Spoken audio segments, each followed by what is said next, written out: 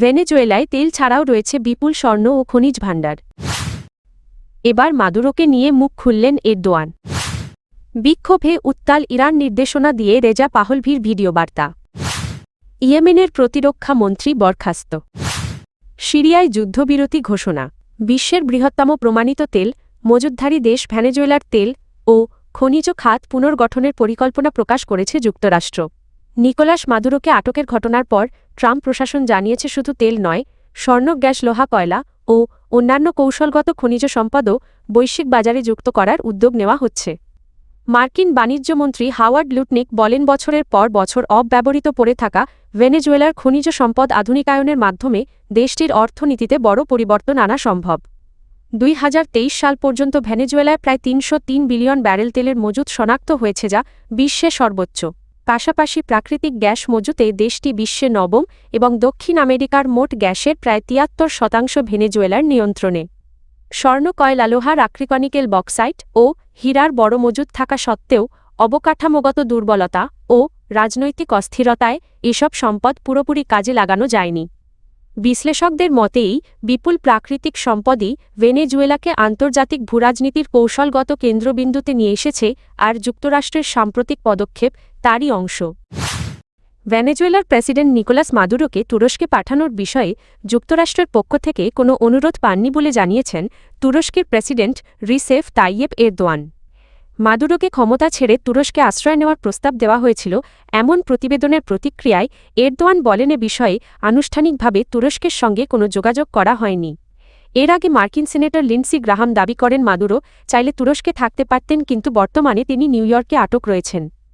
উল্লেখ্য, গত শনিবার ভেনেজুয়েলার রাজধানী কারাকাসে অভিযানের মাধ্যমে মার্কিন বাহিনী নিকোলাস মাদুরো ও তার স্ত্রীকে আটক করে নিউ ইয়র্কের একটি ডিটেনশন সেন্টারে নিয়ে যায় বলে জানানো হয়। ইরানের সর্বোচ্চ নেতা আয়াতুল্লাহ আলী খামেনির নেতৃত্বাধীন ইসলামী শাসন ব্যবস্থার বিরুদ্ধে দেশজুড়ে বিক্ষোভ আরও তীব্র হয়েছে। দ্রব্যমূল্যের ঊর্ধ্বগতি, মুদ্রার অবমূল্যায়ন ও অর্থনৈতিক সংকটের প্রতিবাদে রাজধানী তেহরান সহ বিভিন্ন শহরে হাজারো মানুষ রাস্তায় নেমেছেন। পরিস্থিতি নিয়ন্ত্রণে সরকার দেশজুড়ে ইন্টারনেট ও আন্তর্জাতিক টেলিফোন যোগাযোগ বন্ধ করে দিয়েছে। একই সঙ্গে কঠোর দমনমূলক পদক্ষেপের হুঁশিয়ারি দিয়েছে নিরাপত্তা বাহিনী। এ অবস্থায় আন্দোলনকারীদের প্রতি সমর্থন জানিয়ে ভিডিও বার্তা দিয়েছেন ইরানের নির্বাসিত ক্রাউন প্রিন্স রেজা পাহলভি। তিনি জনগণকে ঐক্যবদ্ধ ও সুশৃঙ্খল আন্দোলন চালিয়ে যাওয়ার আহ্বান জানান এবং নিরাপত্তা বাহিনীকে জনগণের পক্ষে দাঁড়ানোর অনুরোধ করেন। পাহলভি নির্দিষ্ট কর্মসূচির ডাক দিয়ে বলেন, 8 ও 9 জানুয়ারি রাত 8টায় দেশের যেখানেই থাকুন সরকার বিরোধী স্লোগান দিতে হবে। তিনি দাবি করেন, ইসলামী শাসন ব্যবস্থার পতন এখন সময়ের ব্যাপার মাত্র।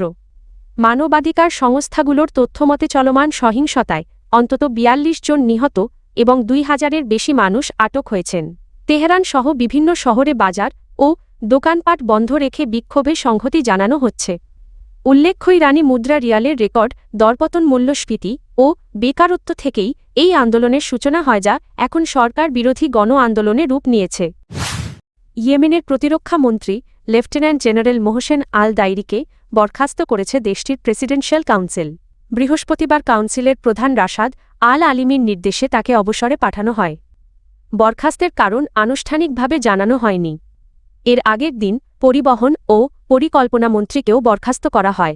অভিযোগ ছিল, তারা দক্ষিণ ট্রানজিশনাল কাউন্সিল বা এসটিসির একতরফা পদক্ষেপকে সমর্থন করেছিলেন। দক্ষিণ ইয়েমেনে ক্রমবর্ধমান উত্তেজনার প্রেক্ষাপটে আদেনের গভর্নর সহ বেশ কয়েকজন সামরিক কমান্ডারকেও সরিয়ে দেওয়া হয়েছে। সম্প্রতি হাজরামাউত ও আল মাহারা প্রদেশ ঘিরে সংঘর্ষ বেড়ে যায়। যদিও এসটিসি যোদ্ধারা এসব এলাকা দখল করেছিল, পরে সরকারি বাহিনী তা পুনর্দখল করে। এদিকে সৌদি আরব অভিযোগ করেছে সংযুক্ত আরব আমিরাত এসটিসিকে উস্কানি দিচ্ছে, তবে আবু ধাবি অভিযোগ অস্বীকার করেছে। উল্লেখ্য, দক্ষিণ ট্রানজিশনাল কাউন্সিল দক্ষিণ ইয়েমেনকে আলাদা রাষ্ট্র হিসেবে প্রতিষ্ঠার দাবি জানালেও সরকার দেশটির ভৌগোলিক অখণ্ডতা বজায় রাখার ওপর জোর দিচ্ছে।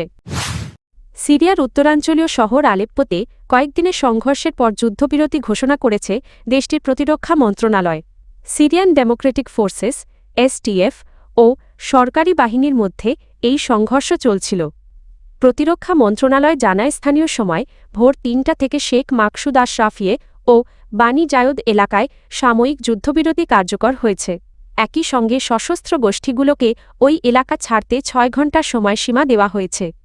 তবে যুদ্ধবিরতির মধ্যেও আশরাফিয়ে এলাকায় সরকারি অভ্যন্তরীণ নিরাপত্তা বাহিনীর তল্লাশি অভিযান চলেছে বলে জানিয়েছে আল জাজিরা।